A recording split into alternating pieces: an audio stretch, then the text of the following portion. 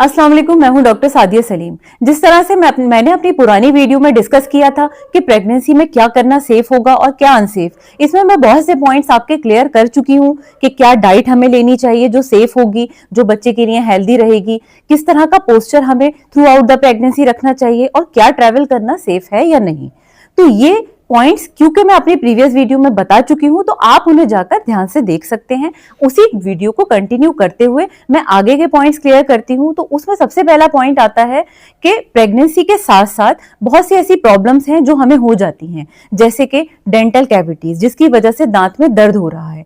तो अब पेशेंट्स मेरे पास आते हैं और वो कंफ्यूज होते हैं कि क्या प्रेगनेंसी में अब अगर हम आरसीटी कराते हैं या हम डेंटिस्ट के पास जाते हैं और वो हमें कोई प्रोसीजर बताते हैं तो क्या वो करना हमारे लिए इस समय सेफ होगा या नहीं। तो सबसे पहले आपको ये समझना होगा कि प्रेगनेंसी के दौरान बहुत सारी मेडिसिन ऐसी होती हैं जो सेफ होती हैं और बहुत सी अनसेफ होती हैं। तो आपको अपने डेंटिस्ट से या और किसी डॉक्टर को आप कंसल्ट कर रहे हैं रिगार्डिंग अदर इश्यूज, तो आपको उन्हें बताना होगा कि आप प्रेग्नेंट हैं, तो फिर वो आपको वही मेडिसिन एडवाइस करेंगे जो कैटेगरी ए, बी या सी में आती हैं। और आप चाहें तो अपने गायनेकोलॉजिस्ट से उस प्रिस्क्रिप्शन को एक बार रिव्यू भी करा सकते हैं कि क्या ये मेडिसिन लेना हमारे लिए सेफ होगा या नहीं। आंख बंद करके किसी डॉक्टर को बिना अपनी कंडीशन बताए आप कोई भी मेडिसिन ना लें, क्योंकि बहुत सारी दवाएं ऐसी होती हैं जिनकी एक डोज भी बच्चे के लिए हार्मफुल हो सकती है। इसी तरह से कभी कभी किसी किसी को बहुत ज्यादा बैकएक की प्रॉब्लम रहती है थ्रू आउट द प्रेगनेंसी, किसी के पैर में दर्द रहता है, तो अक्सर डॉक्टर जब हमारे पास आते हैं तो बार बार वो यही पूछते हैं कि क्या मैम हम पेन किलर ले सकते हैं या फिर मैम हमें कोई पेन किलर एडवाइस कर दिए। तो देखिए, पेन किलर जनरली जो कॉम्बिफ्लाम है या डाइक्लोफेनिक, आइसोक्लोफेनिक, ये सब प्रेगनेंसी में सेफ नहीं है। इसको एक गायनेकोलॉजिस्ट एडवाइस नहीं करता क्योंकि ये बच्चे के अंदर हार्मफुल इफेक्ट्स पैदा कर सकता है। सिर्फ एक एंटीपायरेटिक और एनाल्जेसिक मेडिसिन पैरासिटामोल एडवाइस की जाती है, वो भी जरूरत पड़ने पर। तो आपको अगर कोई पेन है तो आप अपने गायनेकोलॉजिस्ट से जरूर कंसल्ट करें, बजाय इसके कि आप किसी स्टोर से लेकर कॉम्बिफ्लाम की टैबलेट खा लें, क्योंकि उसके बाद जब आप एक गायनेकोलॉजिस्ट से कंसल्ट करते हैं तब तक बहुत देर हो चुकी होती है और उसकी वजह से बच्चे के अंदर जन्मजात कमियां हो सकती हैं।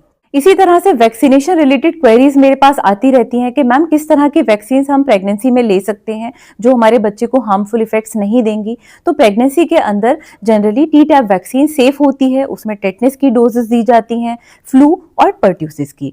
इसके अलावा जो और वैक्सीन हैं, जैसे सर्वाइकल कैंसर से रिलेटेड अवेयरनेस लोगों में बढ़ रही है, वो पूछते हैं क्या क्या प्रेगनेंसी में भी हम ये वैक्सीन ले सकते हैं, तो नहीं, आप ये नहीं ले सकते। इसी तरह से अक्सर कम्युनिटी में अगर हेपेटाइटिस बी फैला हुआ है तो वहां पर भी डॉक्टर्स एडवाइस करते हैं कि आप हेपेटाइटिस बी की वैक्सीन लगवा लिए, लेकिन प्रेगनेंसी में वो भी आपको नहीं लेनी है।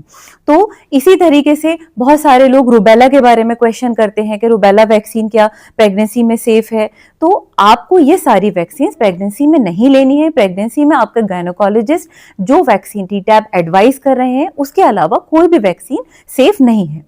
तो आपको हमेशा वैक्सीनेशन लेने से पहले किसी अच्छे गायनेकोलॉजिस्ट से कंसल्ट जरूर करना चाहिए। इसी तरह से पेशेंट्स की अक्सर क्वेरी रहती है कि प्रेगनेंसी में मैम किस तरह की एक्सरसाइज हम कर सकते हैं जो हमारे लिए सेफ होंगी। तो जनरली जो स्टार्टिंग के 3 मंथ्स होते हैं उसमें हम जो एंटीनेटल प्रेगनेंसी एक्सरसाइजेज होती हैं उनको हम एडवाइस नहीं करते हैं, लेकिन आप वॉक कर सकते हैं। वॉक प्रॉपरली आपको अपनी टेंडेंसी के अकॉर्डिंग करनी है। अगर आप 30 मिनट्स वॉक करने में ओके हैं, आपको कोई एक्सर्शन नहीं हो रहा है या आपका ब्लड प्रेशर फ्लक्चुएट नहीं कर रहा है, तो आप 30 मिनट्स वॉक करें।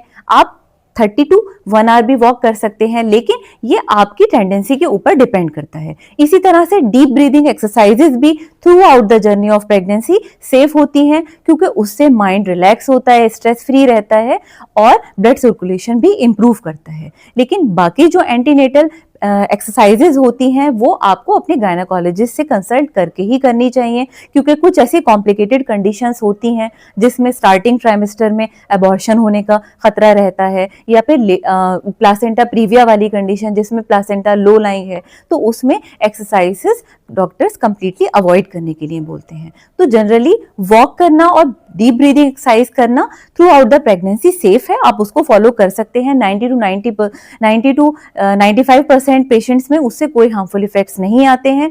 लेकिन बाकी जितनी एंटीलेटर एक्सरसाइजेस हैं उसको करने से पहले अपने डॉक्टर से आप जरूर कंसल्ट कर लें।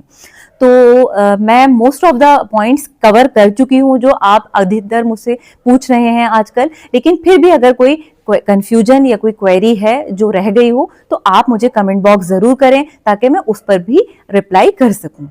अगर आप भी चाहते हैं कि मैं इसी तरह की वीडियोस आपके पास जल्द से जल्द पहुंचाती रहूं तो आप मेरे चैनल को जल्दी से सब्सक्राइब कर लें। Thank you. Allah Hafiz.